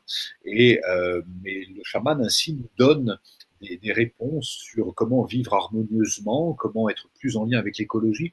C'est un thème qui revient beaucoup parce que nous vivons une période très particulière dans laquelle l'écologie est vraiment mise à rude épreuve et on a peut-être en 50 ans détruit la moitié des animaux marins et des animaux terrestres. On a fait des dégâts considérables au niveau écologie simplement parce qu'on manque de sagesse et de conscience. Le chaman, c'est celui qui est peut-être le gardien de la sagesse et celui qui va nous permettre d'apporter des réponses concrètes en termes d'écologie, mais aussi d'écologie relationnelle, en termes d'alimentation. C'est un sage qu'on rencontre dans toutes les traditions. Chez nous, c'était les druides, et dans beaucoup de pays, ce sont les chamans. Et j'ai écrit ce livre, Réveiller le chaman qui est en vous, pour nous inviter justement à développer notre intuition, notre sens de la sagesse aussi, parce que je crois qu'on a beaucoup besoin de sagesse. Voilà la réponse. Alors, c'est le moment, Delphine, d'avoir une autre question. Alors, a priori, il y aurait un souci. On ne m'a pas entendu. Voilà, il y a le bug technique hein, lié au direct. Donc, Arnaud, on te remercie. Quand je te remercie pour la réponse, je vais juste reprendre la question. La question, c'était qu'est-ce qu'un chaman? Une question de Claude. Peut-être Arnaud reformuler la question parce que je ne sais pas si on m'entend bien, si on me voit bien. On voit avec. Dites-moi hein, si tout est OK pour vous. Donc, on va prendre une autre question. Donc, c'est une question de Nadine qui concerne l'académie. J'ai du mal à savoir ce qui est bon pour moi. Est-ce que cette formation peut m'aider à sentir, à comprendre ce qui est bon pour moi au final? Arnaud. Alors, ça peut aider Nadine. La question de Nadine, comment savoir ce qui est bon pour moi? Et ça, merci de poser la question, Nadine, parce que ça fait partie pour moi des questions fondamentales pour jouer le rôle de sa vie. Et quand on se dit, tiens, je suis invité à un dîner, est-ce que je vais y aller, ou je vais partir en vacances, est-ce que c'est bien d'aller là, ou cette maison est-elle bonne pour moi? Je suis dans ce métier, ça me fait pas vraiment du bien, mais en même temps, il faut bien gagner sa vie. Et on a beaucoup de mal à sentir ce qui est bon pour nous. Alors là, j'ai parlé des trois moteurs, hein, des trois intelligences. Souvent, on écoute un peu trop l'intelligence cérébrale, c'est-à-dire à calculer en se disant je vais faire ça parce que comme ça va générer ça, mais si je dis ça, il va croire ça, si je pense ça, il va se dire ça. On a trois intelligences, les trois intelligences vont nous répondre. La première, l'intelligence vitale, c'est-à-dire que dit le corps dans ce moment-là. Si jamais le corps est dans un sentiment d'ouverture, de détente et de joie, ça veut dire que la réponse est oui. Donc quand une question me pose, est-ce que tu es d'accord de faire ce dossier? Je vais commencer par me poser la question et par poser la question au corps physique. Et le corps physique va agir en étant ouvert ou fermé, en allant de l'avant ou en allant en recul et en crispation ou détente. Et là, à partir de ces trois indices déjà, en écoutant le corps, je vais savoir beaucoup plus facilement si c'est bon pour moi ou pas. Donc apprendre à s'écouter, oui, ça fait vraiment partie de mes enseignements parce que c'est une base. Je crois que souvent on dit oui alors que c'est non. Et il y a toute une partie du programme qui permet justement d'identifier toutes les fois où on a dit oui alors que c'était non, où on a accepté des choses qui n'étaient pas bonnes pour nous, qu'est-ce qui nous a animés à le faire et comment on peut déprogrammer ce fonctionnement de dire oui alors que c'est non pour écouter que notre oui soit un vrai oui. Donc oui, clairement, on répond et on explore en détail, c'est vraiment toute une partie du programme dans cette question. Merci Arnaud et merci Nadine pour cette question. Alors maintenant, une question de Patricia.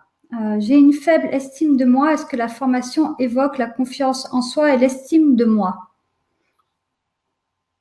Alors, à la question de Patricia, est-ce que la formation évoque la question d'estime de soi et d'amour de soi et de confiance en soi? Parce que pour moi, c'est très très lié. Je crois qu'on ne peut pas, quand on veut, pardon, quand on veut développer ses qualités pour être acteur de sa vie, on a besoin de faire preuve de discernement, on a besoin de faire preuve de courage, de faire preuve d'imagination, de faire preuve d'audace. Et toutes ces qualités s'appuient sur la confiance en soi. Et la confiance en soi s'appuie sur l'estime de soi. L'estime de soi, c'est pas seulement se dire, regardez, il y a eu un 100 mètres, je suis arrivé le premier, j'ai réussi ça, etc. C'est avoir une bienveillance aussi bien pour sa partie lumineuse que sa partie plus sombre. Bien se connaître, accueillir ses émotions, comprendre ses émotions, explorer, c'est se connaître déjà. Dans un premier temps, il y a apprendre à se connaître. Dans un deuxième temps, on va mettre du discernement et de l'équanimité, c'est-à-dire qu'on va connaître et regarder aussi bien, voilà, je produis de la lumière et je produis de l'ombre, la même chose. Hein, il y a des choses qui marchent bien, j'ai du courage, et par moments je suis lâche, par moments je suis généreux, par moments je suis radin. On a les deux en nous. Donc c'est apprendre à se connaître.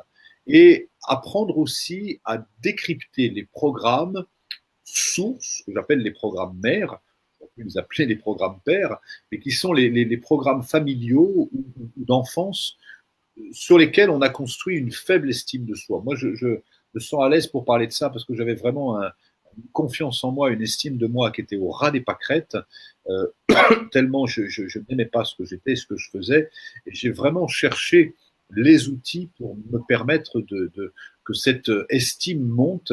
Là aussi, on a quelque chose de très culturel, c'est-à-dire dès qu'on dit de soi, ah, je suis quelqu'un de bien, je suis généreux, on va se dire pour qui il se prend. Donc on a un vrai, vrai boulot et ça fait complètement partie du programme d'apprendre à restaurer la confiance en soi et l'estime de soi avec beaucoup d'outils, beaucoup d'exercices. C'est complètement dans le programme de l'académie. Tout à fait. Merci beaucoup et merci Patricia pour cette question. Alors, une question d'Antoine maintenant. J'ai souvent du mal à me positionner, j'ai du mal à dire non. Est-ce que cette formation peut m'aider? Ça me fait oui ou ça me fait non. Les Québécois, ils ont cette phrase souvent quand on leur fait ça me fait oui ou ça me fait non en dedans. Autrement dit, je vais écouter en moi si ça me fait oui ou si ça me fait non. Et bien souvent, je vais dire oui alors que c'est non. C'est-à-dire que est-ce que tu es d'accord pour venir au déménagement dimanche? À l'intérieur, je me dis non, j'ai pas envie de l'aider à déménager. C'est le seul jour de repos. Je serai plus à même avec mes enfants ou d'être seul ou d'aller marcher en forêt. Mais si je lui dis non, il va croire soit que je ne l'aime plus, soit il va me faire la gueule, soit il va dire que je suis quelqu'un de pas généreux, soit il sera plus là pour m'aider. Et là, ça veut dire que je vais avoir du mal à me positionner avec l'autre, parce que généralement, j'ai du mal à me positionner avec moi-même, parce que je ne suis pas assez un bon compagnon pour moi. Donc, on va apprendre en cours de l'académie comment être un bon compagnon pour soi et comment, avant de dire oui ou non à l'autre, parce qu'on apprend à se positionner vraiment, et c'est une clé fondamentale, le positionnement. Et là aussi, Dieu sait si moi-même j'ai eu du mal à me positionner pendant des années et j'acceptais des situations qui ne me convenaient plus. Aujourd'hui, ça n'arrive pas, je prends vraiment le soin. Alors, on prend un risque. On prend le risque en se positionnant, que l'autre nous dise t'es pas sympa, que l'autre nous fasse la gueule, mais je crois que il y a des moments dans la vie où entre se fâcher avec l'autre ou se fâcher avec soi, on a un véritable choix à faire, et moi je l'ai fait et j'encourage chacun à le faire, c'est de rester avant tout un bon compagnon pour soi-même. Parce que se fâcher avec les uns ou les autres, ça fait mal, mais on s'en remet. Se fâcher avec soi, on s'en remet pas. Merci pour la question. Merci beaucoup. Ouais, merci Antoine pour cette question. Alors, une question de Jean-Philippe. Je n'ai jamais médité. Est-ce que cette formation peut m'aider? J'aime bien cette question parce que souvent, quand j'organise des stages de méditation, je pose aux questions aux gens et puis certains se disent moi, je médite depuis des années et des fois, la fraîcheur et le fait d'être novice nous amène à une grande ouverture du cœur. Alors que des fois, quand on a beaucoup médité, euh, on médite par habitude et on n'est plus présent à la méditation. Donc oui, oui, oui, sans aucun doute, cette formation s'adresse à vous, même si vous n'avez jamais médité. La méditation fait partie de la formation, elle est présente ici et là, mais il y a une méditation formelle.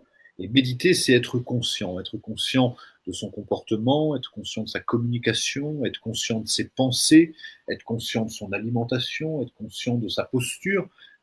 Méditer, c'est être conscient. Et méditer, c'est se préparer à agir. Donc, bien évidemment, comme on va agir beaucoup, on va aussi apprendre à méditer.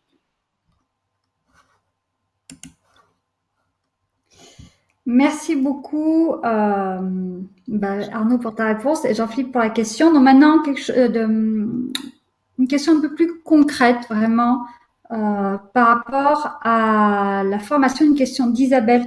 Combien de temps exige cette formation par jour? Entre 15 minutes et 16 heures. Hein, autrement dit, 15 minutes, 20 minutes, c'est le temps de la vidéo que vous recevez chaque jour, mais vous pouvez aussi, pardon, que vous recevez tous les 3 jours, mais vous pouvez aussi voir 2 épisodes dans la semaine ou voir 3 épisodes dans la semaine. En gros, la vidéo et le travail va représenter, allez, une demi-heure tous les 3 jours, que vous pouvez regrouper, certains, que vous pouvez prendre beaucoup plus de temps, que vous pouvez alléger aussi. Il y a surtout pas de. J'ai cherché longtemps on a cherché avec notre équipe quel était le rythme adapté. Faire 2 jours intensifs et ne rien faire pendant 2 mois, il n'y a pas de changement. C'est un petit peu comme le jardin. Si on fait un petit peu tous les jours, il y a obligatoirement un moment donné où ça va rendre. Donc oui, ça demande un engagement, l'engagement de pouvoir consacrer, allez, au moins une demi-heure tous les 3 jours. Voilà. Et là, c'est parce que moi, je prends un engagement aussi en organisant cette formation, ce webinaire, cette formation en ligne, l'engagement de vous dire, voilà, il y aura un changement qui va se passer pour vous. Et si je prends un engagement, j'ai besoin qu'il y ait un engagement en face de gens qui se disent, OK, on a envie de bouger quelque chose, on a envie maintenant d'être complètement épanoui dans notre vie, être complètement acteur de notre vie. Et donc, on va bouger les choses, on va bouger des lignes. Et oui, il y a obligatoirement un lien très fort entre le temps qu'on va consacrer. Pas besoin de consacrer, je vous dis, une demi-heure tous les 3 jours, déjà, c'est quelque chose. Ok, et vraiment, je précise en plus que vous aurez cet espace de formation. Et comme l'a dit Arnaud, si vous n'arrivez pas à faire voir la vidéo ou faire l'exercice proposé, vous pouvez reporter. Vraiment, vous pouvez aussi gérer votre temps comme vous le souhaitez. Cet espace sera ouvert. Vous aurez accès aux vidéos, vous aurez le cahier. Et puis après, c'est à vous de trouver votre propre rythme aussi. C'est ça. Une autre question d'Éric. Est-ce nécessaire d'avoir des bases en développement personnel pour faire cette formation? Alors, là aussi, moi, cette formation, je la conçois comme je fais mes stages depuis 25 ans, c'est-à-dire que dans les stages, il y a des gens qui ont fait un énorme travail sur eux et il y a des gens qui n'en ont pas fait. Dans les retours qui me sont faits, il semblerait que je sois quelqu'un d'assez concret, d'assez pragmatique, d'assez direct, d'assez... Il n'y a pas des choses très compliquées. Pour moi, ça fait 25 ans que j'anime des stages, plus ça va, plus je simplifie. Parce que je crois que les bons enseignements, les bons exercices, c'est des exercices qui sont simples, qui sont accessibles. Donc, je n'emmène pas les gens dans les tours, je reste vraiment au ras des pâquerettes et en même temps, j'invite chacun à s'élever dans son esprit. Donc, non, ce n'est pas nécessaire d'avoir déjà fait un travail sur soi et pour autant, des gens qui ont fait un travail sur eux sont bienvenus aussi à la formation parce qu'on se retrouve ensemble. C'est comme quand on médite, qu'on ait 20 ans de méditation, qu'on n'a jamais médité, on peut vraiment se retrouver ensemble dans une pièce. Et la formation, c'est ce même esprit. Ça reste grand public. Quand j'étais metteur en scène et acteur au théâtre, je faisais en sorte de choisir des pièces grand public. Cette formation reste grand public. Ce qu'on évoque, c'est l'humanité, c'est notre humanité. Et ça, il n'y a pas d'âge et pas de prérequis. Donc chacun est bienvenu. Merci beaucoup et merci Eric pour cette question. Alors, on arrive vraiment au temps imparti. Je vais prendre une dernière question. Merci encore vraiment. Vous avez été nombreux à nous poser des questions. On discutera, on parlera après de la suite. Donc, une dernière question. Donc, Dan-Laure qui nous demande si cette formation ne me satisfait pas, puis-je être remboursée? Alors, oui, on croit assez dans dans ce qu'on fait que pour faire en sorte qu'il y a un delta. J'ai un doute. Je crois que c'est juste, je n'ai pas le temps exact. On vous fournira tout ça. Vous avez tout qui va apparaître, qui a dû apparaître sur le chat. Je vous indiquerai tout après. Mais maintenant, vous avez 30 jours à compter date d'achat déjà en 30 jours, vous aurez quand même plusieurs vidéos. Vous pourrez déjà voir le cahier. Vous aurez voilà. J'avais un doute sur la durée, mais on a suffisamment confiance dans ce qu'on fait pour se dire que voilà, cette formation, on y croit. Je fais des formations depuis 25 ans. La formation en ligne, c'est le contenu du programme qui vous permet de rester chez vous, de recevoir toutes les formations à raison voilà, une formation tous les 3 jours, d'avoir aussi accès à cette journée en présentiel qui aura lieu le 15 juin. Et là, vous aurez ce ticket d'entrée. Il y a tout un accompagnement qui se fera. Donc oui, si vous n'êtes pas totalement satisfait, on met le design satisfait ou remboursé. Dans les 30 jours, on vous rembourse la formation si vous n'étiez pas pleinement satisfait. Voilà. Alors, petite précision sur cette journée justement en présentiel, elle n'est pas comprise dans le tarif, mais vous aurez un tarif préférentiel. Vraiment, voilà. Si vous choisissez d'investir dans cette formation, d'investir en vous, vous aurez ce tarif préférentiel pour pour accéder à cette formation.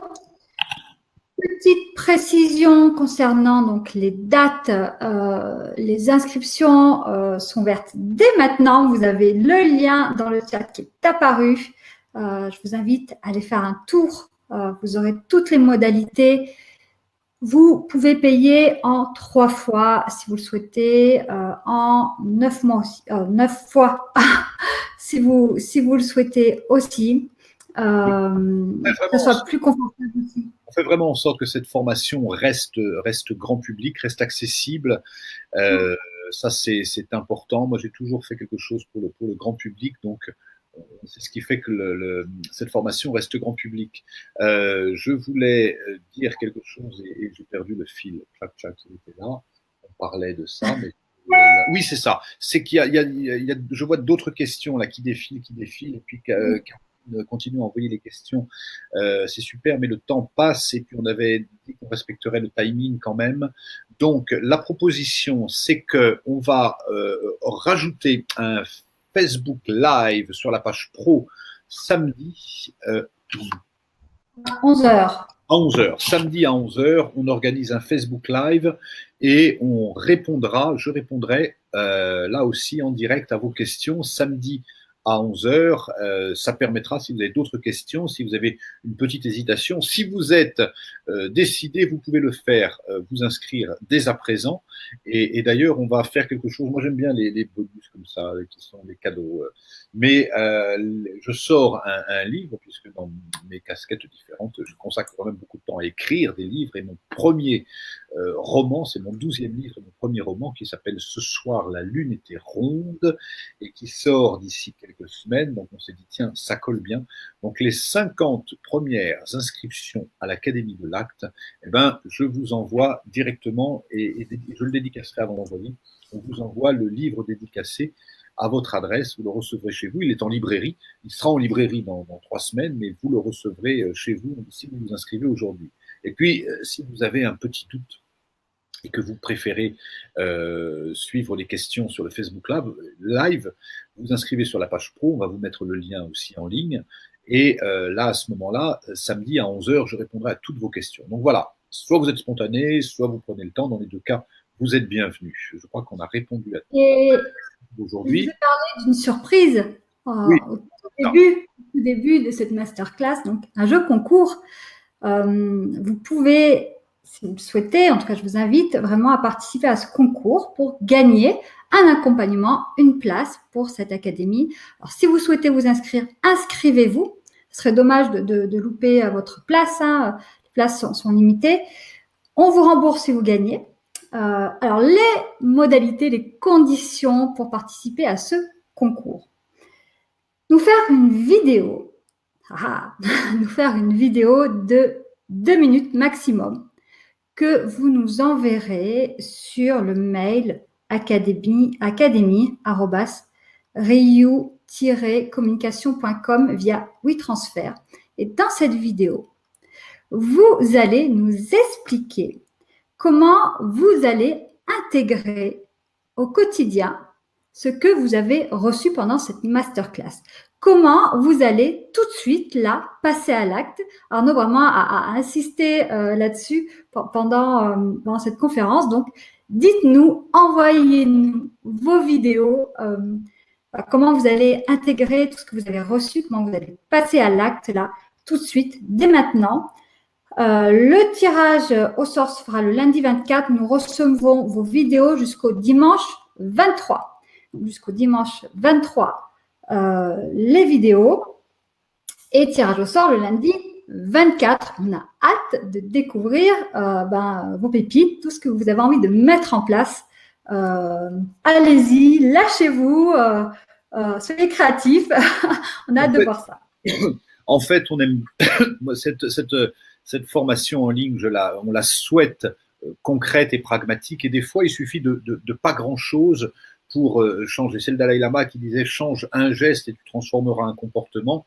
Change un comportement, tu transformeras une habitude. Change une habitude, tu transformeras une destinée. » Et il suffit des fois de pas grand-chose, de se dire « tiens, je vais me prendre une grande respiration pour prendre le temps de sentir si c'est juste pour moi ou pas avant de me décider.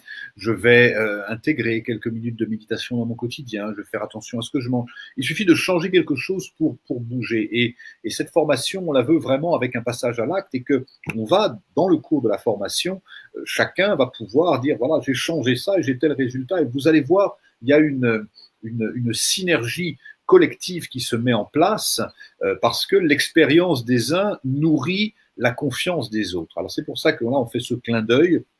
Si vous avez relevé une pépite dans le webinaire de ce soir, vous relevez la pépite, vous enregistrez quelques minutes simplement pour dire voilà, je mets ça en place, vous nous postez ça, on fait un tirage au sort et l'un de vous se verra offrir l'accès à l'académie. Voilà, ça c'est pour ceux qui seront les plus joueurs d'entre vous. Je redis juste bien pour qu'on n'oublie pas les dates. Donc, le 22 septembre, c'est le Facebook Live, samedi matin à 11h, questions-réponses.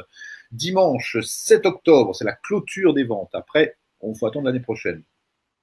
Et le 13 octobre, c'est le démarrage de la formation, où là, on va vraiment commencer à y aller, quoi, hein, parce que c'est bien de concevoir, mais à un moment donné, on passe à l'acte.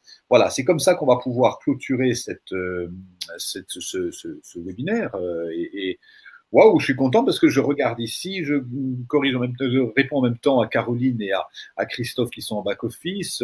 Mais je crois qu'on commence à s'adapter un petit peu, à se familiariser. Il y a peut-être quelques bugs toujours, mais c'est ça aussi, ça reste vivant.